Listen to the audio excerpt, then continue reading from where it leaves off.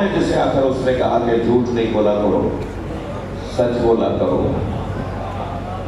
اللہ قرآن میں کہہ رہا ہے ہدایت میں دوں گا، تو کس کے پاس آ کر اس نے ہدایت دی ہے؟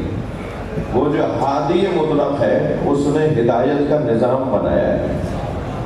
جیسے جیسے ہدایت لینے والا معیاری ہوتا چلا جائے گا، ایسے ایسے اللہ کی طرف سے ہدایت دینے والا بھی بلندتر ہوتا چلا جائے گا. یہ جو حضرت آدم پر اللہ نے قرآن نازل نہیں کیا، تو مسئلہ حضرت آدم کا تھا یا نہیں یہ بحث علیحدہ ہے. مسئلہ آدم کے زمانے والوں کا تھا، وہ قرآن سمجھ ہی نہیں سکتے تھے. جیسے جیسے شعور بشر بہتر ہوتا چلا گیا، اللہ نے ایک صفحے کیا کتاب، 2 صفحوں کا کتابچہ، صحف موسیٰ، ابراہیم و موسیٰ، بہت ساری آسمانی کتابیں اس نے نازل کی، مگر ہر ایک کا معیار اس کے زمانے کے لوگوں کے مطابق تھا.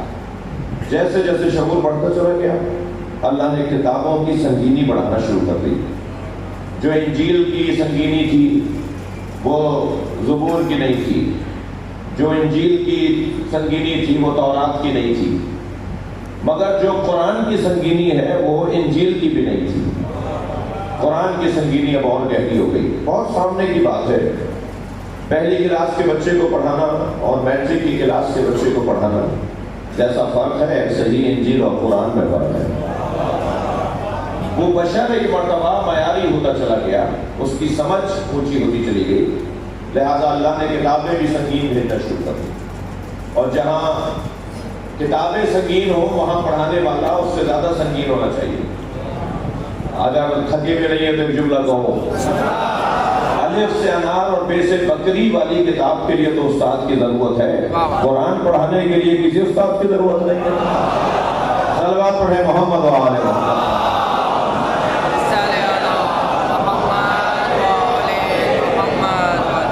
کتاب ہے، اس کا ایک معلم چاہیے. تو یہ آہستہ آہستہ اللہ نے ہدایت کا نظام بہتر کیا، منظم کیا، لوگوں کے شعور کے مطابق بڑھایا. مگر میں اس جملے کو دوبارہ تکرار کر رہا ہوں، ہم میں سے کسی کے پاس اللہ نے آ کر ہمیں اچھی باتوں کی تعلیم اللہ نے نہیں دی ہے. اللہ نے جبریل سے کہا میرے نبی تک پہنچا دو. سرکار نے جبریل سے لیا، وہ بھی اس لیے کہ جبریل کا کام ہی یہ تھا. جو جس کا کام ہو اسے کرنا چاہیے، اگرچہ جو کام نہیں کر رہا یہ ضروری نہیں ہے کہ اسے آتا نہیں ہے. جو کام نہیں کر رہا وہ اس لیے نہیں کر رہا کہ اس کا یہ کام نہیں ہے. جبریل کا کام پیغام پہنچانا تھا، نبی کو پڑھانا نہیں تھا. اگر جبریل امین پڑھانے والے معلم تھے تو جبریل بتائیں نا کہ الف لام میم کا مطلب کیا ہے. جبریل بتائیں الف لام را کا مطلب کیا ہے. جبریل اگر پڑھانے والے تھے تو جبریل وہاں کیوں رک گئے کہ جہاں پڑھنے والا جا رہا تھا. صلوات پڑھیں محمد و آل محمد.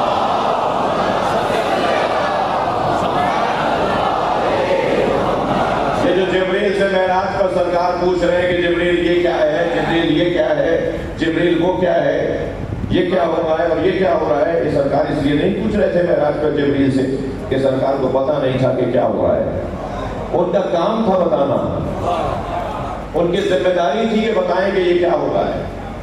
نبی مکرم ہادیان برحق میں اللہ کے نظام ہدایت میں سب سے بڑے معلم کو کہا جاتا ہے. اس کائنات کا سب سے بڑا معلم سب سے آخر میں آیا ہے.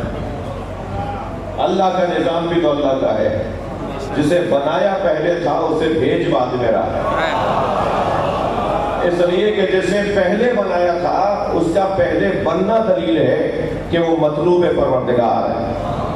اور مطلوب جو ہوتا ہے وہ بغیر تمہید کے نہیں آتا، مطلوب بغیر اہتمام کے نہیں آتا. مطلوب کے لیے، مقصود کے لیے انتظام کیا جاتا ہے. یہ مجلس میرے ان بھائیوں کے لیے مطلوب اور مقصود ہے یا نہیں؟ خاص طور پر بانی مجلس کے لیے مجلس اعضا مطلوب اور مقصود ہے. مجلس مطلب تھی، مجلس مقصد تھی، مگر اس کے لیے انتظام کب سے ہوا؟ مولانا سے 2 مہینے پہلے ٹائم لیا گیا، فلاں خان سے 1 مہینہ پہلے بتایا گیا، مجھ جیسے خطیب ذاکر کو کہا گیا اتنے مدت پہلے،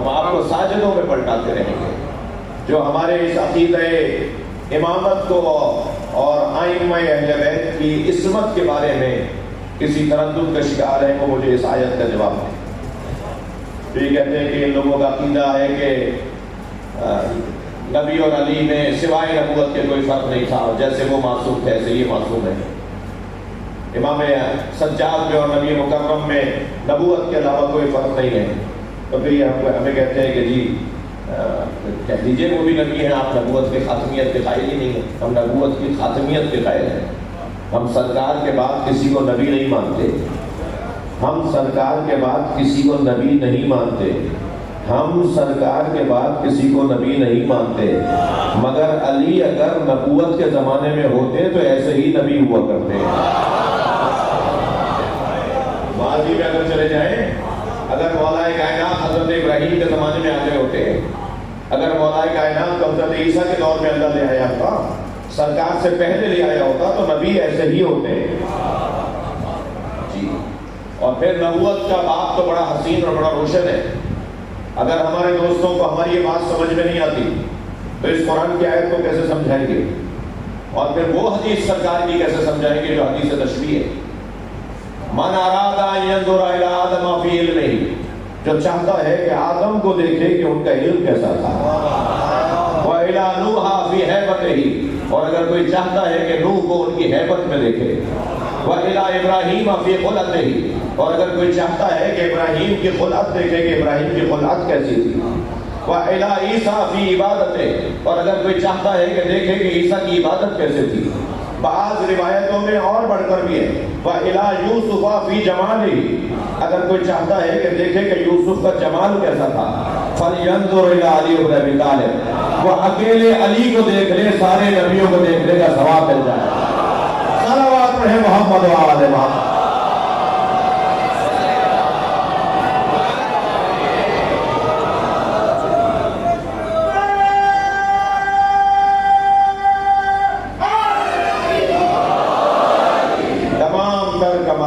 مجموعہ یہ گھرانہ، اور اس گھرانے کی صدارت ہر زمانے میں امام معصوم کے ہاتھ ہے۔ بہت حب کرم ہے یہ جس شوق ذوق سے مجالس میں شرکت ہے، جس احساس اور توجہ سے مجالس میں حاضری ہے، یہ اس گھرانے کی تعظیم و تکریم کا اظہار ہے۔ اللہ نے رزق اپنے ہاتھ میں لیا، یعنی بدن پالنے کا انتظام اس نے اپنے ہاتھ میں لیا۔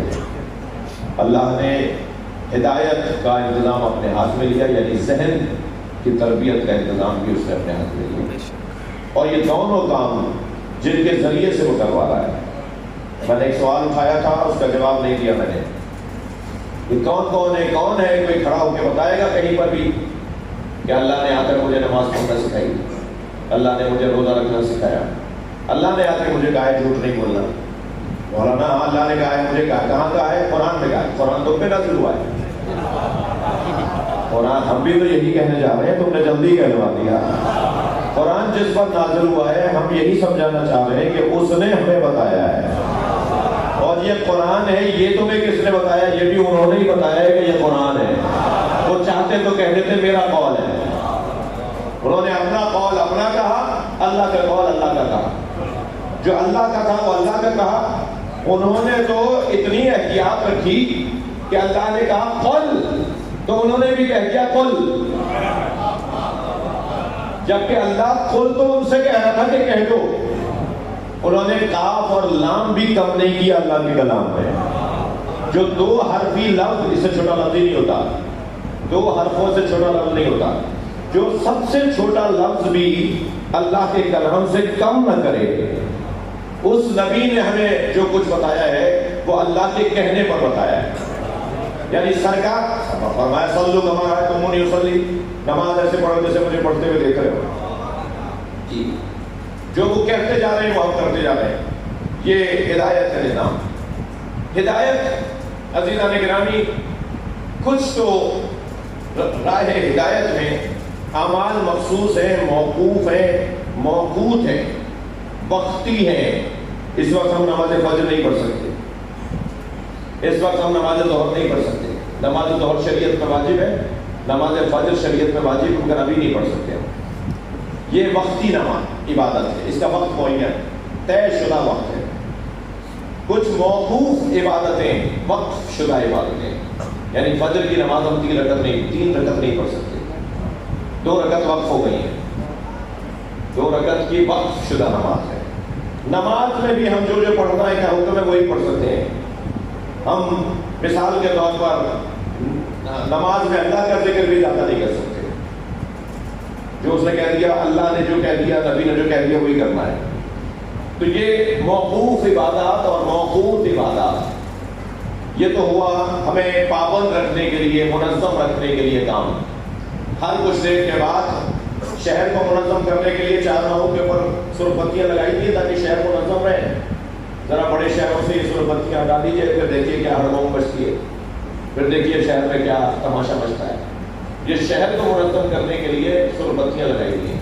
ایسے ہی اللہ نے ہماری زندگیوں کو منظم کرنے کے لیے کچھ بتیاں لگائی ہوئی ہیں، جس کو اوقات کہہ لیجیے، جسے وقت شدہ عبادتیں کہہ لیجیے۔ یہ نمازیں اللہ کی ضرورت نہیں ہے، میری زندگی میں نظم لانے کے لیے ضروری ہے۔ اللہ کو کوئی ضرورت نہیں ہماری نمازوں کی۔ صلوات پڑھیں تو میں عرض کروں گا آواز والا اللہ۔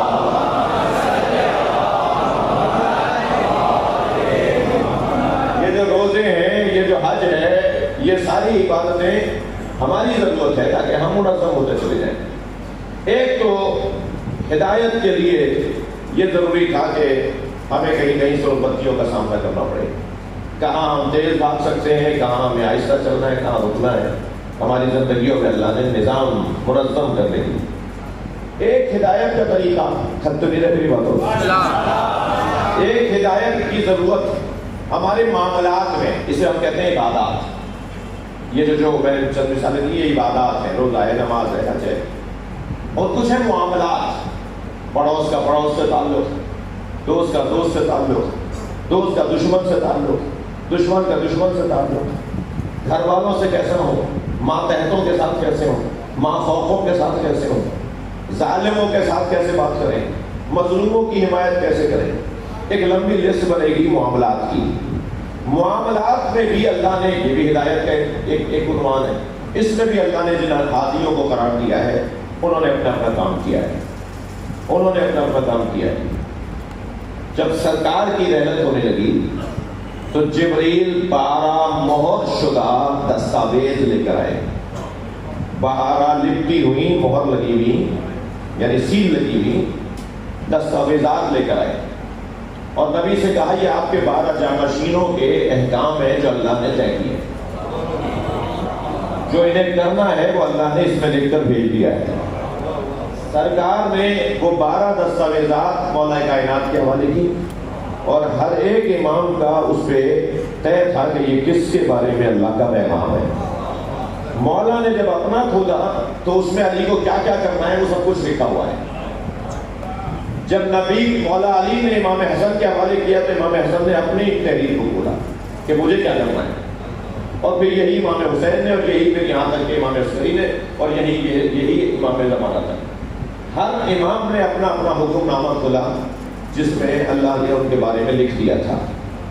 لہذا یہ بچہ سوال نہ کرے کہ امام نے زہر کیسے کھا لیا۔ جب تک زہر کو اثر نہیں کرنا تھا زہر نے اثر نہیں کیا، اور جب انہوں نے خود چاہا کہ زہر اثر کرے تو زہر اثر کر گیا۔ یہ زہر نہیں کھا رہے تھے، یہ مشیت کی پابندی کر رہے تھے، یہ مشیت کی پابندی کر رہے تھے۔ نقطان صاحب نے بڑی حسین مثال دی ہے، وہ فرماتے ہیں کہ اگر معلوم ہو جائے کہ آگے ریلوے کراسنگ پہ بم باندھا گیا ہے، 2000 مسافر ٹرین میں بیٹھے ہوئے ہیں، تھکے تو نہیں ہیں آپ؟ 2000 مسافر ٹرین میں بیٹھے ہوئے ہیں، ان 2000 میں سے کسی ایک کو پتہ چل جائے کہ 10 کلومیٹر بعد ٹرین پھٹے گی، بم پھٹے گا اور ٹرین اڑے گی، تو یہ جانتا ہے کہ آگے 2000 لوگ مارے جائیں گے۔ اب اگر یہ بندہ خود کو گرا کر ٹرین رکوا دے اور تاخیر کروا دے کہ وہ ٹرین پہنچنے سے پہلے ہی پھٹ جائے، تو اس نے خودکشی کی یا جان بچائی؟ اس نے اپنی جان دے کے 2000 لوگوں کو مرنے سے بچایا ہے۔ ائمہ اہل بیت کے سامنے جب زہر ہوتا تھا اور وہ اسے لے لیتے تھے، پتہ ہوتا تھا کہ زہر ہے، معلوم ہوتا تھا کہ اس میں زہر ہے، وہ اس لیے اس زہر کو لے لیتے تھے۔ نقل صاحب کا جملہ اب ہے جو جملہ انہوں نے کہا ہے، وہ فرماتے ہیں انہیں اللہ نے ہدایت دینے کے لیے بھیجا تھا، جب یہ دیکھتے ہیں کہ زندہ رہنے سے ہدایت ملے گی تو زندہ رہتے ہیں، جب دیکھتے ہیں شہادت سے ہدایت ملے گی تو شہادت کو قبول کر لیتے ہیں۔ صلوات پڑھنے اہل بیت کی ذات پر۔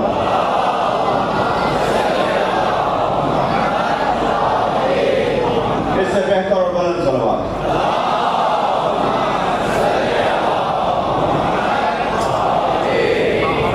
ان کا کام لوگوں کو ہدایت دینا ہے، یہ ہدایت دینے کے لیے آئے۔ اچھا، رزق والے مسئلے میں بھی بات روشن ہے۔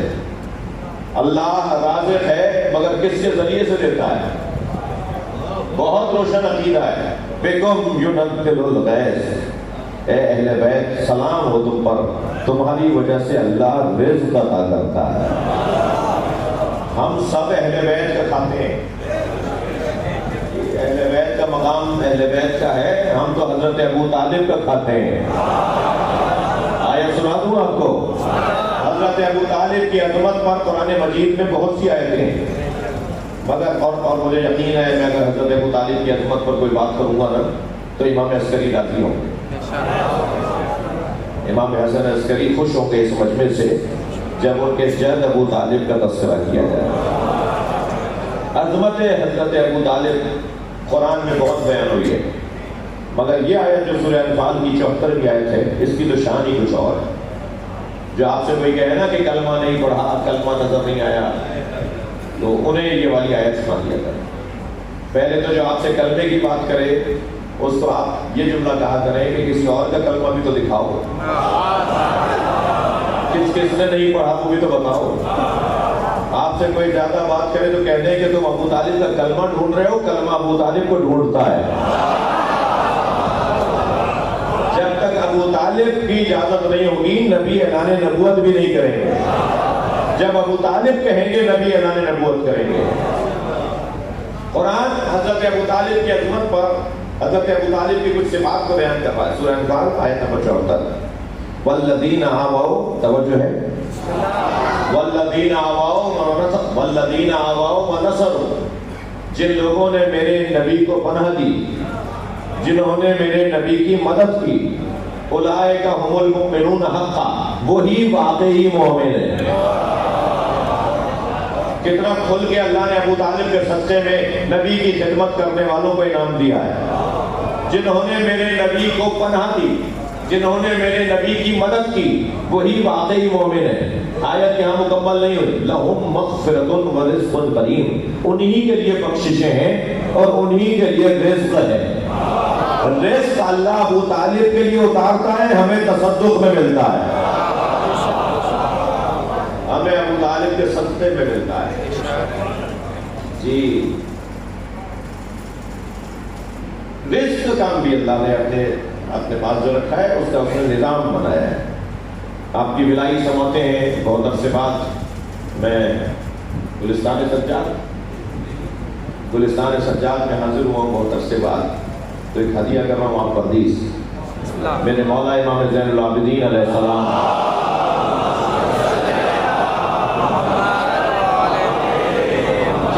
کیا حسین فرمان مولا کا، فرماتے ہیں ان اللہ یقسم ارزاق العباد، اللہ اپنے بندوں کے رزقوں کو معین کرتا ہے، اللہ طے کرتا ہے کہ اس کو کیا ملنا ہے۔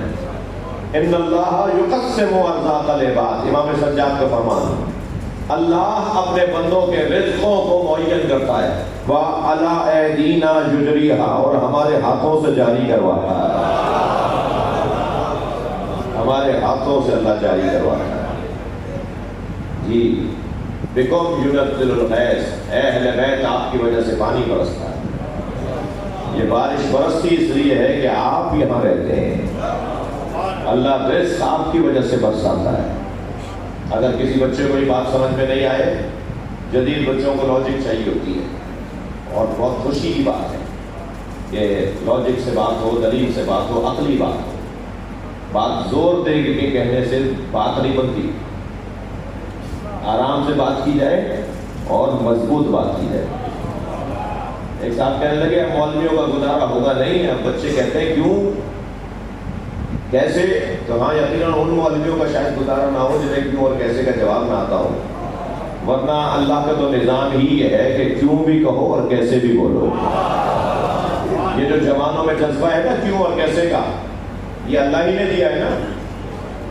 خاص طور پہ 14-15 سال کا لڑکا اور 9-10 سال کی لڑکی، جب اس عمروں میں یہ بچے پہنچتے ہیں تو ان کے دماغ میں کیوں کیسے، یہ کیوں یہ کیسے، اس کا ایک یلغار، ایک فرمان، ایک طوفان ہوتا ہے۔ یہ کیوں اور کیسے کا جذبہ اللہ نے دیا ہے، تو پھر جب اللہ نے دیا ہے تو اللہ اپنے دین کے لیے کیوں اور کیسے کی دلیل کیوں نہیں دے گا، جواب کیسے نہیں رکھے گا قرآن اور حدیث کے اندر۔ تو جس اللہ نے جذبہ دیا ہے اسی اللہ نے تسکین بھی رکھی ہے، اور تسکین کو قرآن اور حدیث کہا جاتا ہے۔ جتنا میرا قرآن کا مطالعہ بڑھے گا اتنے میں جواب اچھے دے سکوں گا، جتنا میرا حدیث کا مطالعہ بڑھے گا اتنے میں اپنے بچوں کو جواب اچھا دے سکوں گا۔ سامنے کی مثال دے رہا ہوں، سامنے کی مثال، کسی کی وجہ سے کسی کو ملتا ہے، یہ ممکن ہے، معاشرے میں رائج کام ہے، یہ پہلی دفعہ نہیں ہو رہا اور ایک آدھ دفعہ کی مثال نہیں ہے، کسی کی وجہ سے کسی کو ملتا ہے۔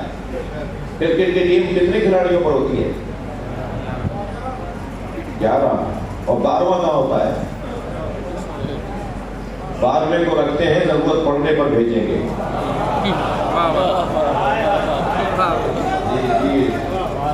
کھلاڑی 12 ہوتے ہیں، میدان میں 11 ہوتے ہیں، اور 12واں جب آئے گا جب کسی کی ضرورت پڑے گی۔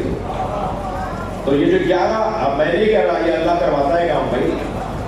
اب وہ جو 11 کھلاڑی ہیں وزارت کھیل میں کتنے لوگ نوکری کر رہے ہیں؟ مرے سے مرے 1000 آدمی پورے ملک میں کام کر رہے ہوں گے، 1000 آدمیوں کو تنخواہیں مل رہی ہیں، سہولتیں مل رہی ہیں، پینشنیں مل رہی ہیں، 1000 آدمیوں کو وسائل مل رہے ہیں 11 کی وجہ سے، میں لفظ بہتر کروں 12 کی وجہ سے۔ اگر یہ 12 اپنا کام چھوڑ دے، ایک ملک کے اندر 12 کا کام ہی ختم ہو جائے تو وزارت ختم کرنی پڑے گی نا۔ 12 کا کام کیا ختم ہوا کہ 1000 کی روزی بند ہو گئی۔ اس کائنات میں بھی اللہ نے کچھ اپنے کام کرنے والے بھیجے ہوئے ہیں جن کی وجہ سے 1000 کو نہیں لاکھوں کو رزق مل رہا ہوتا ہے۔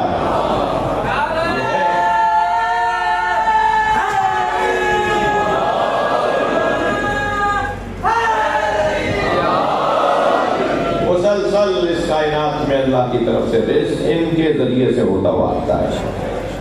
یہ طے کرتے ہیں کہ کیسے رزق کو تقسیم کرنا ہے۔ بڑا حسین واقعہ ہے، میں پڑھ کر پڑھ رہا ہوں آپ کے سامنے۔ مولا کے ساتھ سلمان فارسی سفر میں ہے کہ ایک ایسی وادی سے گزرے جہاں دور تک چیونٹیاں ہی چیونٹیاں نظر آ رہی ہیں، شاید لاکھوں نہیں کروڑوں چیونٹیاں، پورا میدان چیونٹیوں سے بھرا ہوا ہے۔ تو سلمان نے کہا مولا ان کی تعداد کون جانے گا، ان کی تعداد کتنی ہے؟ حضرت مسکرائے، حضرت نے فرمایا میں تو یہ بھی جانتا ہوں ان میں نر کتنے ہیں اور مادائیں کتنے ہیں۔ یہ وہ ہستیاں اللہ نے ان کی دل کی آنکھیں کھولی ہوئی ہیں۔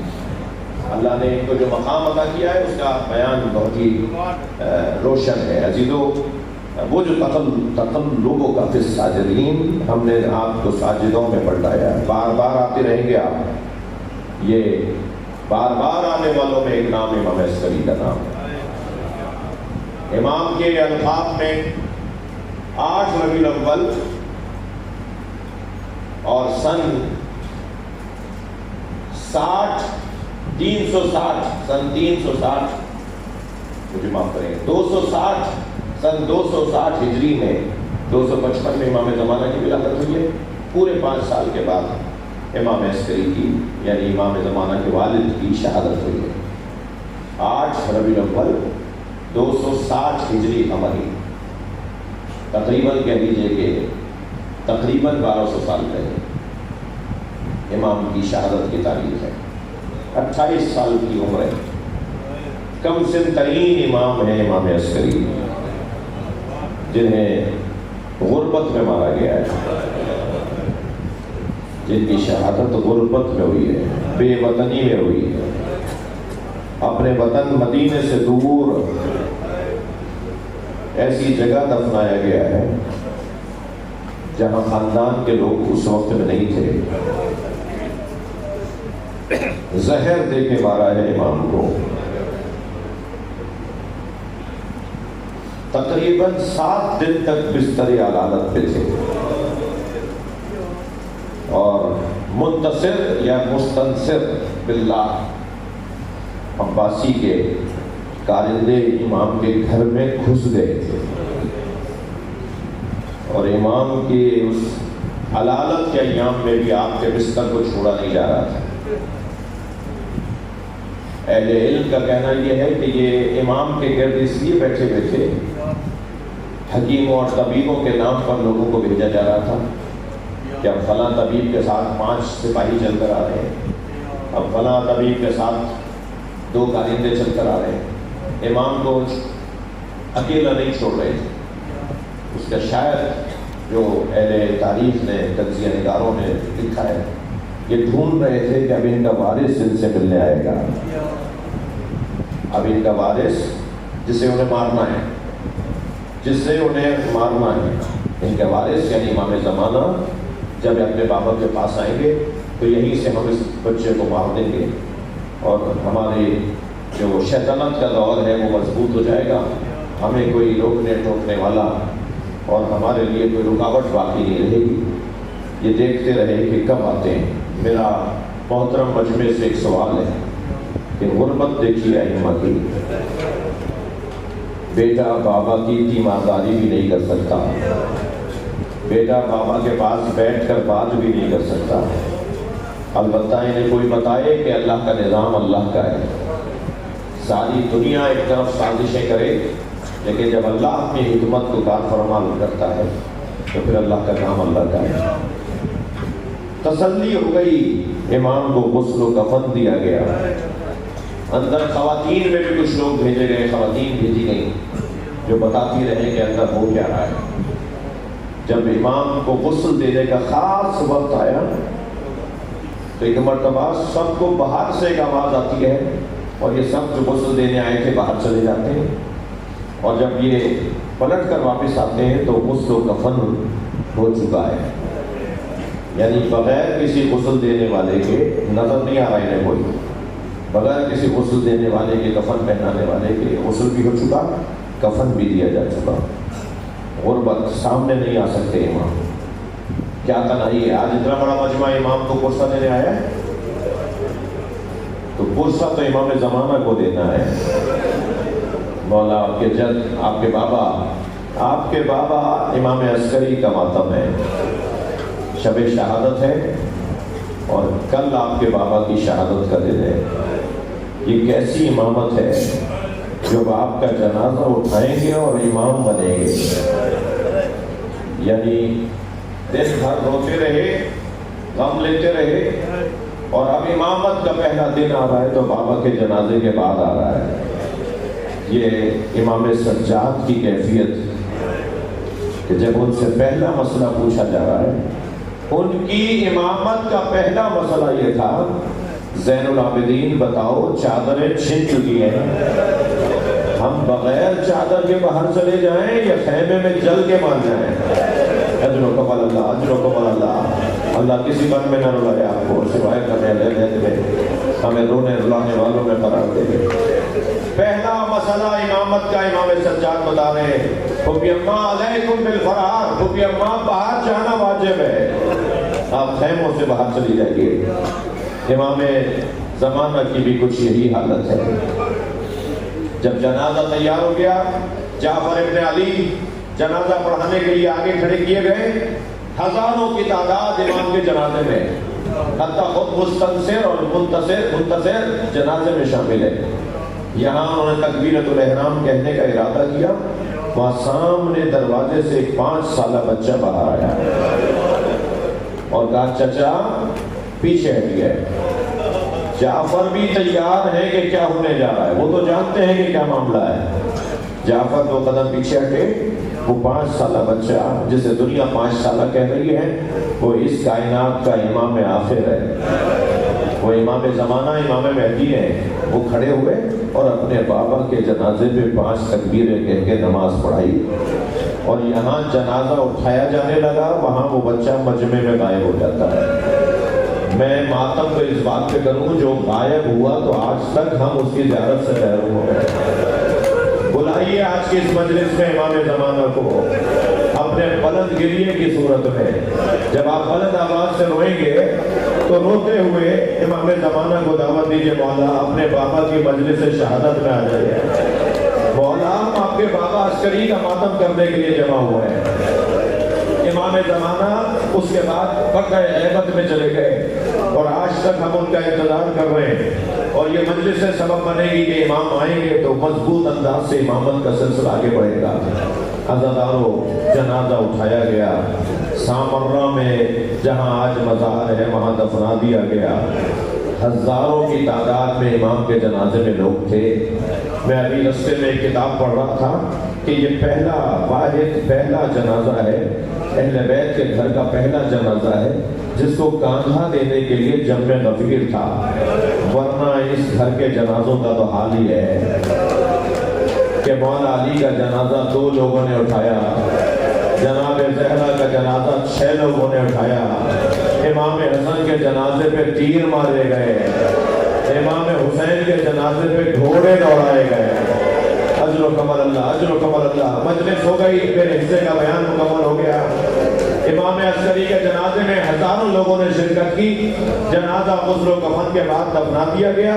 امام زمانہ اسی مجمع میں تھے، مگر میرا دل کہہ رہا ہے کہ امام رو رہے ہوں گے۔ بابا آپ کے جنازے میں اتنی شرکت ہے، سلام ہو میرے جد حسین پر جن کا لاشا بے گور و کفن رہا۔ 3 دن تک حسین کا لاشا دفنانے والا کوئی نہیں تھا۔ بڑی برابر کی بہن زینب کبریٰ زوجہ جناب رباب اپنے مولا کا لاشا دیکھتی رہی۔ اجر و کمال اللہ، اجر و کمال اللہ۔ مجلس مکمل کر رہا ہوں۔ جناب زینب نے امام حسین سے وعدہ کیا تھا، اے میرے بھائی تمہاری امانتوں کو سالم رکھوں گے۔ امام نے خاص طور پر سکینہ کے لیے کہا تھا، اے میری بہن زینب میرے بچوں کا خیال رکھنا۔ اب یہ 2 جملے سننے کے بعد اب یہ جملہ سنیے کہ جب جناب زینب کی سواری کربلا میں آئی ہے، شام سے رہائی پا کر بی بی جب کربلا آئی ہے نا تو اونٹ بٹھانے کا انتظار نہیں کیا بی بی نے کہ اونٹ بیٹھ جائے تو بی بی اترے، کھڑے اونٹ سے جناب زینب نے خود کو گرا دیا اور گئی ہے قبر حسین کے قریب، اور پہلا سلام کر کے یہ کہا، بھائی تمہاری بہن شرمندہ ہے، تمہاری امانت کو شام میں چھوڑ کر آ گئی۔ سکینہ شام میں رہ گئی، اپنا کنبہ شام میں چھوڑ کر آ گئی۔ اللہ لعنت اللہ علی قوم الظالمین۔ ماتم حسین۔ التماس ہے